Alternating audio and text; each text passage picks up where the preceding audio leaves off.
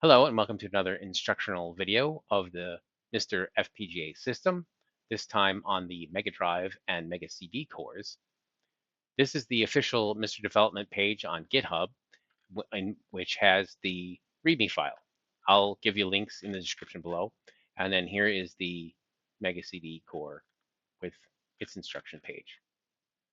So let's get started. I have some files that I want to copy over. First thing you should do is, if you haven't done yet, you need to run update all so that you have all the latest updated cores and the files are set up and all that stuff. I have another video which will be linked at the end of this one or at the beginning of the playlist. If you've clicked on the playlist, you can go and take a look at how to set that up if you need to know how to set up update all and get all that stuff set up. And I have a separate video on how to use WinSCP in order to connect into the MiSTer. This is the address that I'm connecting to. The username is root. The default password is the number 1. So let's log in. All right, there we go. Now let's see. Let's copy over some of the CD games first. I have them in CHD format since it supports that, and it's a nice compressed format, and they're not as big. I'm going to copy over also. I'm going to copy over this one just so I can show you how it looks on the system. So I'll copy these over. If you copy just a folder over, it'll show in the folder, and then when you click on that folder, it'll run whatever Q file is in there. Presumably it'll run a CHD file if it's in there too, so you could folder them. But if it's just single files, you don't have to name them different things, make them all the same and all that. So that's how that works. But it'll run the Q file, and then the bin files have to be all named the same, the same type name, and it'll do multi-files or whatever like that. This will take a few minutes to copy over. If you feel like liking and subscribing, this might be a good time to do that, or leave a comment. Let me know if this has helped you in any way. That really is my main motivation for doing this. Is I do this as a convenience to help people because I think that's of benefit, and I just like the fact that I'm being helpful to people like that. So if it is, or if you have any questions, let me know. Maybe you'll have questions later or something like that. Post them in the comments. That would be great. I'm gonna pause the video while this uploads, so you don't have to sit through like several minutes of it, and be right back.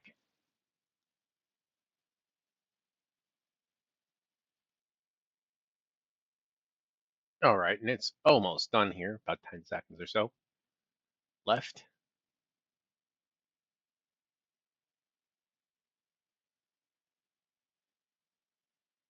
And there, it's done. So what I have here is I have a few CHD files. I have a bin Q1 just so you can see what it looks like in the system. I'll show you that. And that's for the BIOSes. And then you could put a folder in here, and it'll just show up as a folder. And the zip files don't even show up, so don't try it.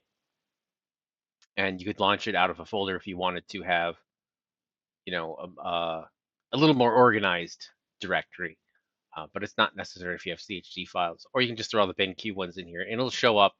The bin Qs will show up, and you'll only see the Q file. So it's not that bad to look at, and they'll all be in at least the right order because they have to be named the same.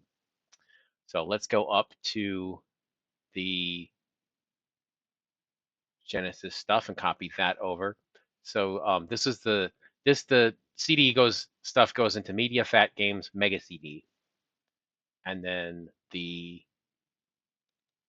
Genesis stuff and Sega Master System, because I will show you also that it runs Sega Master System games, goes under the MegaDrive directory. If you prefer and you want to make a Genesis directory, I think you can make an alias for it. If for whatever reason you can't remember to look at MegaDrive and you want to look at Genesis, you can make an alias for it. And I'll show you how there are some on the system already.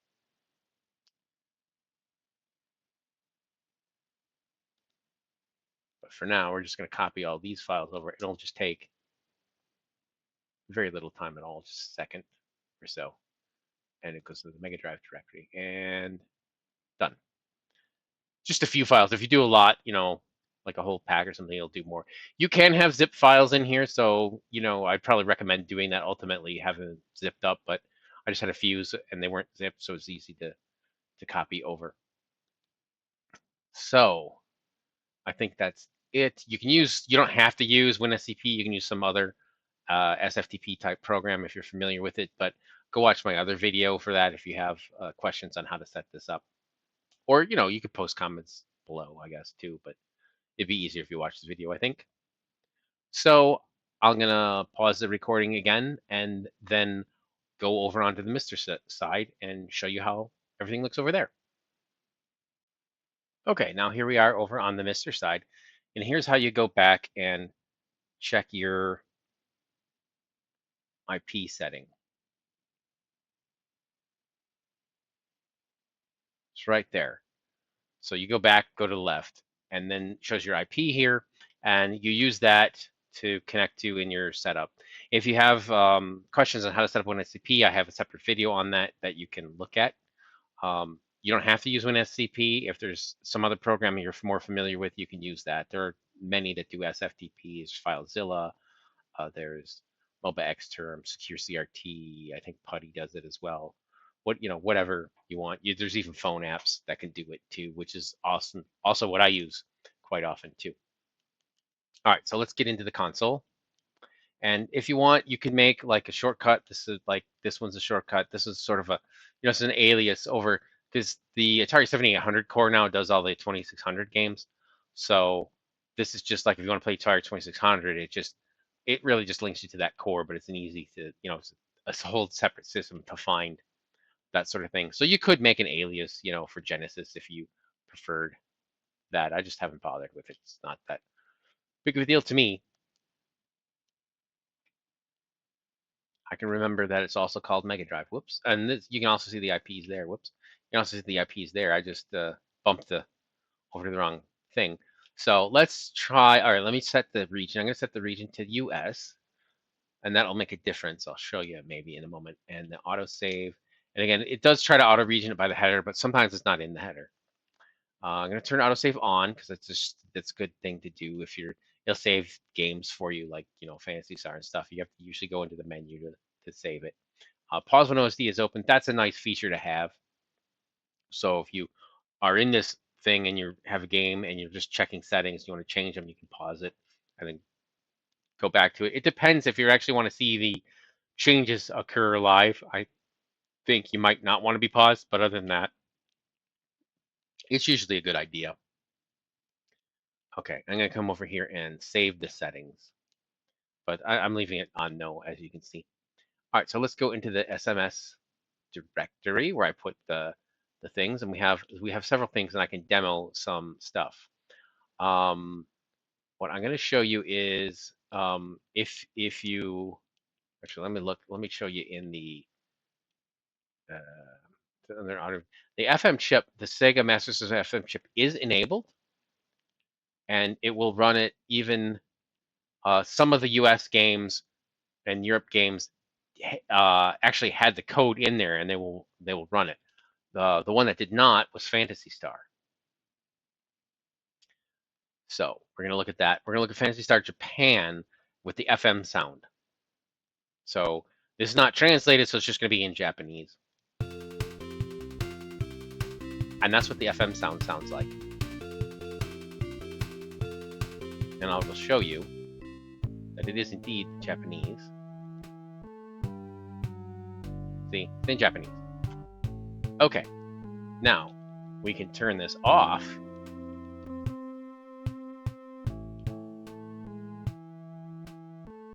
To disabled. You do have to reset it because it picks it up, when it starts.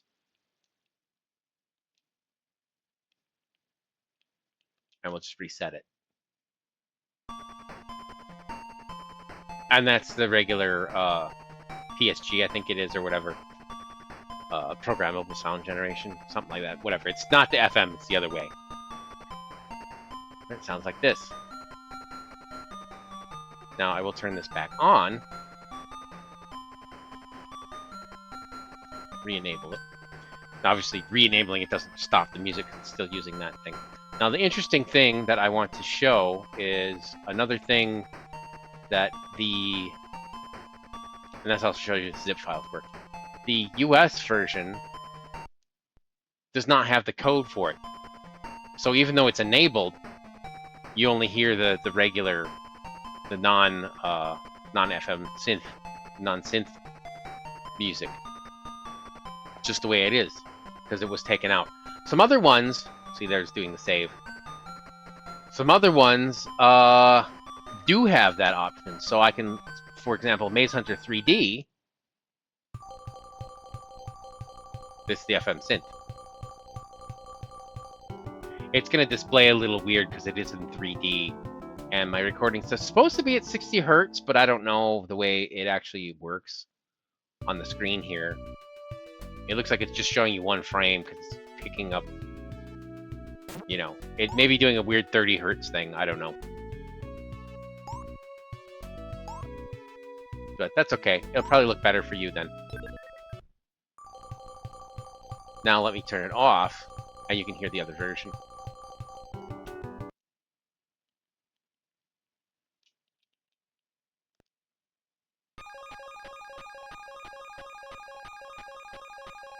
And it sounds different, but this is the North American ROM, because I think it was called something different. The Japanese version's not Maze Hunter. It's like Maze something else that I can't remember.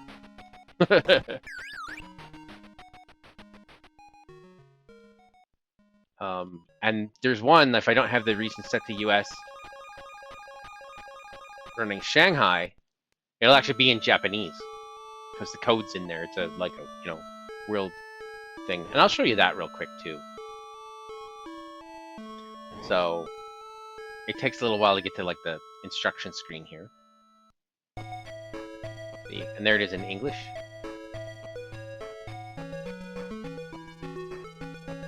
And if I go and change the region to Japan and reset it, well, nothing like that.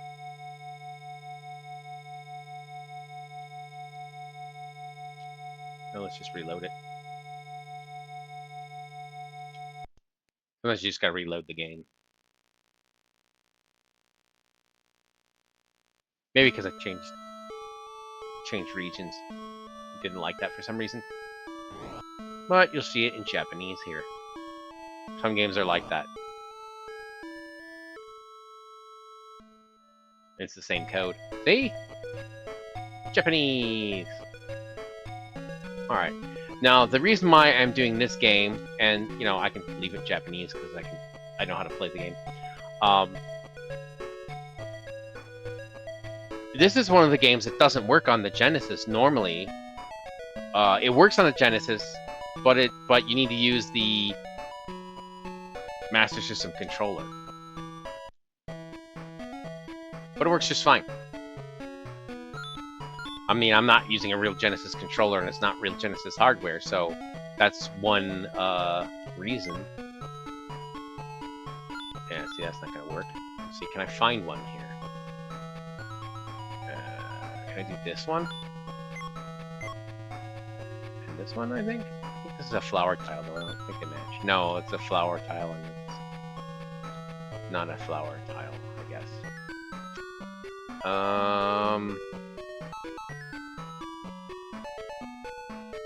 And the hints aren't going to help me because they're in Japanese now. To identify the tiles.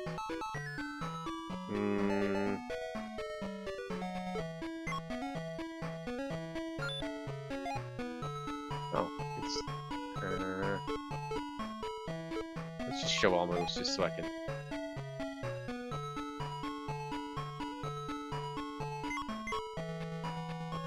Oh, it's summer. Okay, so it's a season. Alright.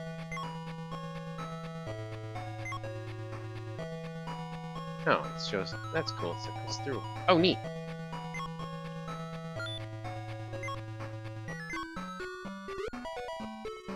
So, there's some tiles. So it does indeed work with whatever controller you want. It seems they got around that issue with it, and my understanding is this is one of the games that will not work without a regular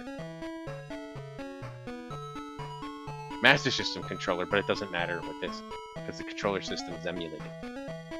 Okay, so F16 Fighting Falcon is when it actually does not work with the power-based converter. And I will show you what does happen. It goes blank. It does kind of go into the game, but you can't see anything. And that's why it's not compatible. It probably uses that mode, I think. There's a mode in there, whatever, that Genesis is compatible with. So you can't play that one. And I'll turn it back to US, and that's, I think, all I need to show you there. So let's load some actual Genesis games up, or not Genesis game.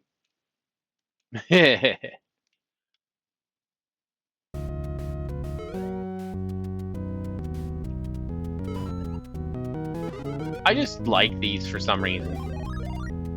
There are a lot of like ports of this game, since it's a, you know, popular game. And I've tried it out on the Commodore 64 and the ZX Spectrum. Did I get in there? No. And yeah, so I just like playing this one, so I'm trying this one out.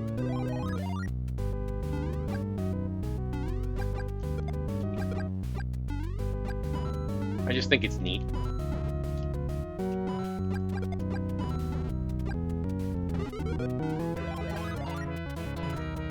Obviously the sound is different, you know, but the looks, the graphics are really good.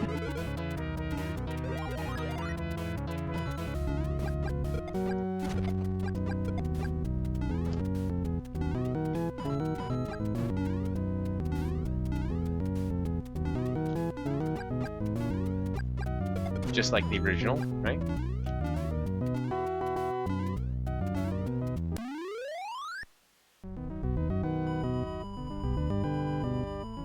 It's pretty nice. And there you have it. Alright. We don't need to keep playing this game. Let's play an actual one.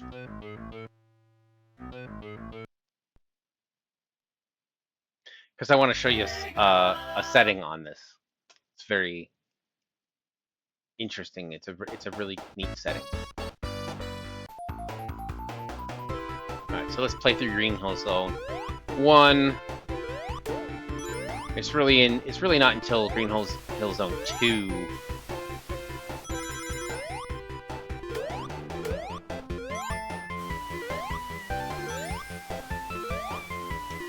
It's the weird thing is, I could zap through this, but yeah, I'm not going to. Just thinking about it, you know, just pausing while I play through the first level, but I'm not gonna. Hopefully this is entertaining enough for you, huh?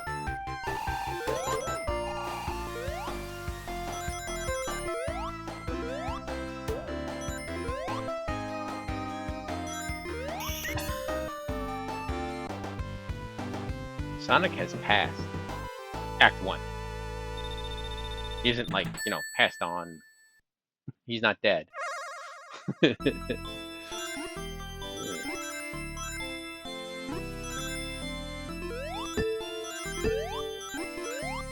No! Oh, wow.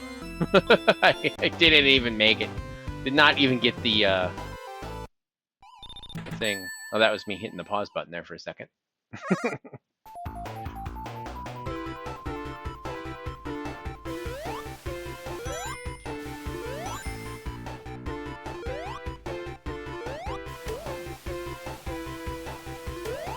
Alright, so there's a part here, and then there's a part in level 3 that I can show you. Alright, so you see this waterfall, it looks, yeah, I mean, especially when it's behind the water there, it doesn't look really all that good. It's weird, it's got this weird sort of Venetian, not Venetian blind, but, you know, almost like a bead curtain sort of look to it that's kind of, you know, if you really think about it. That's not really normally how it looked on the day. So we have this really nice feature added here. It's Composite Blend. And we turn that on. And now it's like transparent, you know? It looks really cool. And it just looks great. Now, it does make things look a little bit blurry, like if you look at Sonic down in the left-hand corner. If I turn it off, you know, it's nice, crisp, and clear. And that looks good, except for when you have certain effects like this in some games, you know? And some games you want to do that. Some other games, maybe not so much, and you want it nice and clear and crystal and composite-y. But you know, that part, it just looks so much better. It's a very nice effect that was done. And that exists in the MegaCD Core as well. They have an adaptive one. They used to have an adaptive one here, but I guess they didn't take it in or something with one of the updates. There's an adaptive core on the CD one, though. So I can show you that a little bit too.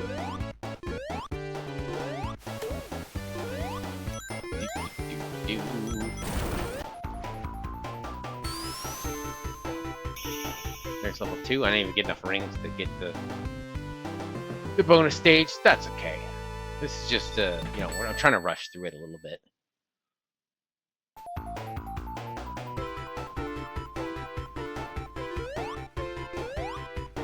Ooh, I missed. Ha! I got distracted because I was looking at that.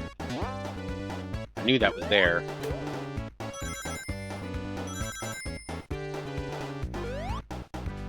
Let's go up this way.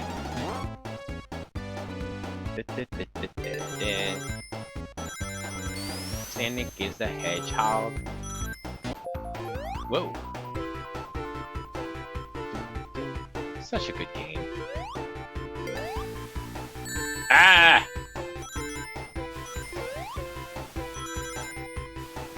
Okay, so here's another place. See, and I'm behind the thing, and it looks nice. It has this neat transparency effect, all that sort of fun stuff. So can I get on the edge and have it go all like... There! Nice transparency stuff. But, you know, you disable this composite blend, and it's just like, ugh.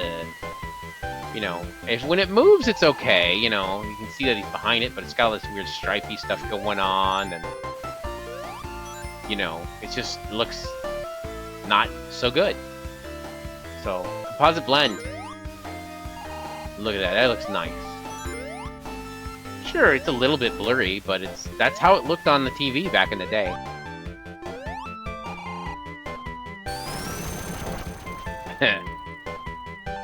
Can't get through that last bit. There you go. What? I can't believe it. He would... Oh no, I'm dead! Oh, wow. Let's see if I can get the Dr. Robotnik, huh?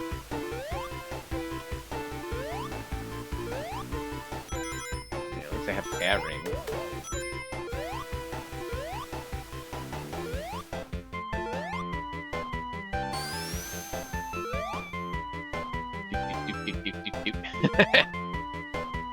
That would look weird. Okay, whoa, let's go.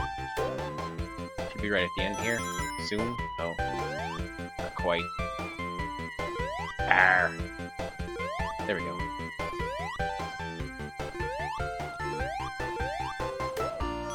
Some rings. Nope, this is the final one, I think. Ah, get it. There. Alright, let's see if we can get it or not. Ah! I'm so bad at this.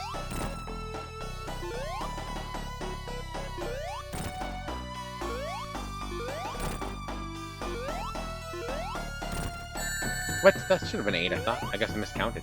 And now I'm gonna die. Wow. Okay. Game over. Well, I could continue if I wanted to, but I think I've shown you enough. I think you got the point. It's just a neat effect. I'll turn it back off. Some games are better without it, but some games are not. I think this one's one of them. All right, so let's see. Let's go to...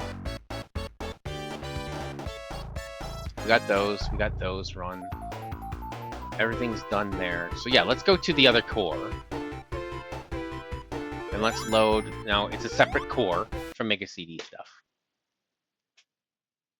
So, there we go. And I'll show you right now. I'll show you the audio video thing here. And the Composite Blend, that is on. And then we have this adaptive one that's supposed to be smart and just only blur things that need to be blurred. I don't know how well it works, but you can see like the top there where it says 1993 Sega. This is off. This is on and it's blurry, and then this is adaptive. It's a little bit different. Changes slightly. Also where it says press the start button. Off, on, adjusted. It's supposed to be a little bit smarter, but I don't know. I don't think it works so well because you still see the dithering of the moon. Although I think you see that anyway on with even Composite Blend. But so if you're going to use it, probably just turn it on and leave it. Although I think the adaptive does work good on Sonic, at least for the waterfall effect. So you can change things around here on these things. All right, so let's load a game. Auto is pick US for the, and these are the ROMs or whatever for the BIOS ROM. So you see here's the Q file and the CHD file, and they just show up here like this. And if there was if you had a folder, it'd be a folder file, and you just click on that. It'd be like directory, and it would just run as soon as you hit the button on it.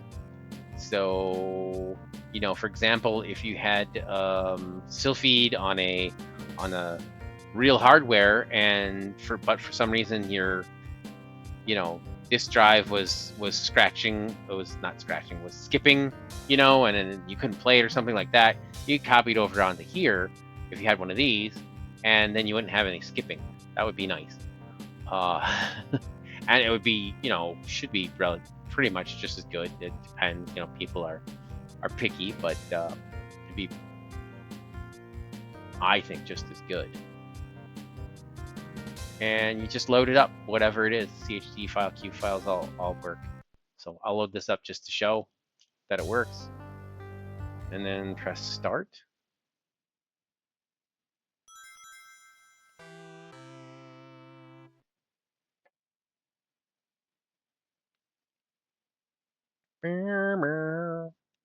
It's starting. There it goes.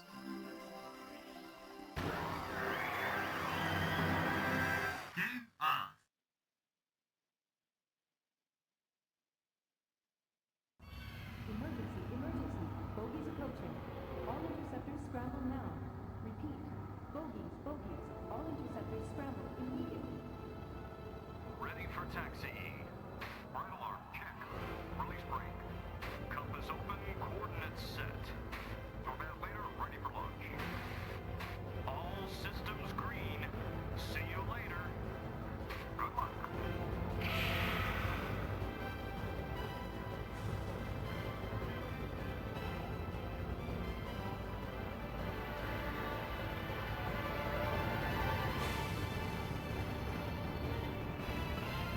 Just checking out the intro here.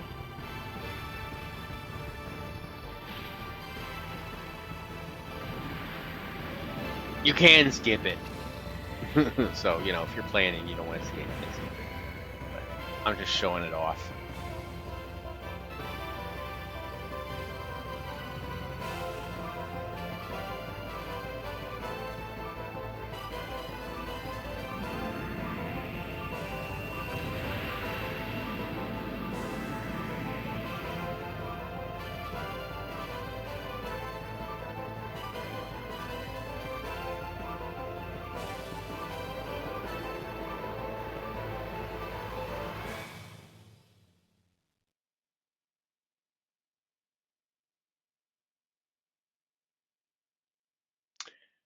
I like the intro. Battle station, unidentified spacecraft inbound from Delta Line, Area 3. Number unknown, but increasing. I think this just jumps you right into it. Repeat, scramble now. Squadron 207, scramble now. Rendezvous with Squadrons 279 and 333. I don't think it does that whole, it's just a launch sequence. It doesn't have that other thing with the fleet.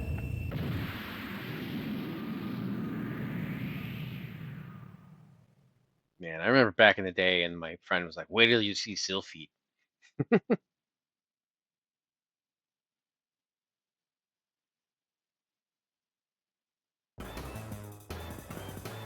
luck, gentlemen.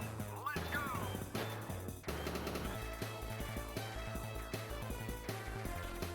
My shooty buttons. My bonus. Yeah, so it works, you know, and that's how you do it. If you want to play MegaCD or Sega CD games.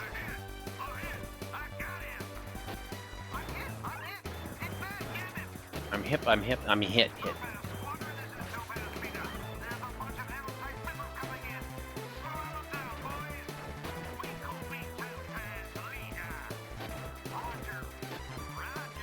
Roger!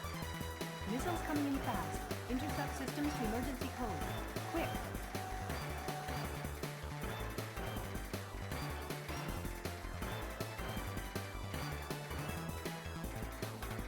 But yeah, this is pretty good. I could try the adaptive stuff or whatever. See, that's like a power. Yeah, repairs. Ugh. Music is good. Oh, there's the lasers.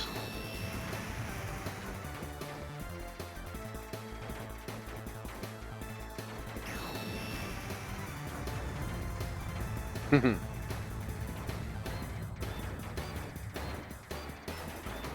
fleet destroyed. Still 8 in action.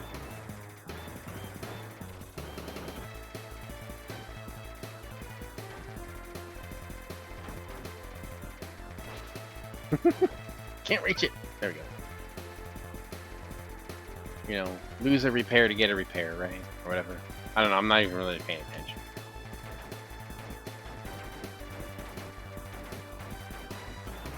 Maybe I didn't even need it.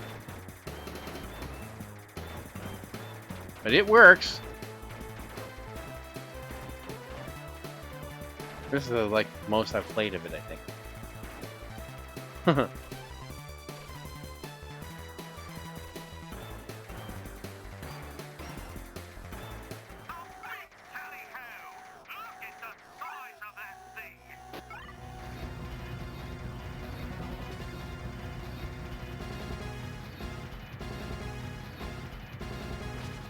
Ouch.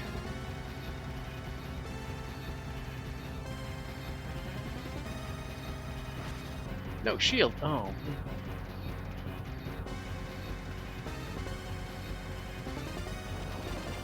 Ha! Forget if that's the mid boss again. Oh, made it through level 1. What do you think? In the year of 3076, an unmanned solar space force fleet suddenly started to attack the colony planets. The Greason system, the central photon computer that integrates and controls the whole galaxy network on the mother planet, Earth, was network jacked by an unknown terrorist group. The leader of the terrorists solemnly introduced himself as Zakarte. The survivors of the Galaxy Union and the colony planet's fleet assembled all their forces to strike at Zakarte. 64 light years lay across their way to the solar system. After drastic restructuring and the addition of reinforcements to the tactical fighter spacecraft, the SA-77 Silpheed, their last resort, the remaining fleet began the counterattack. Their destination? The mother planet, Earth.